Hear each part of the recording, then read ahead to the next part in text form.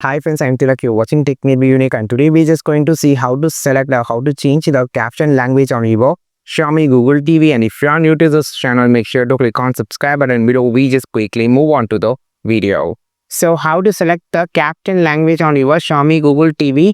I just going to show in this video to select the caption language on your Google TV. First of all, go on the site and you just need to click on the accessibility.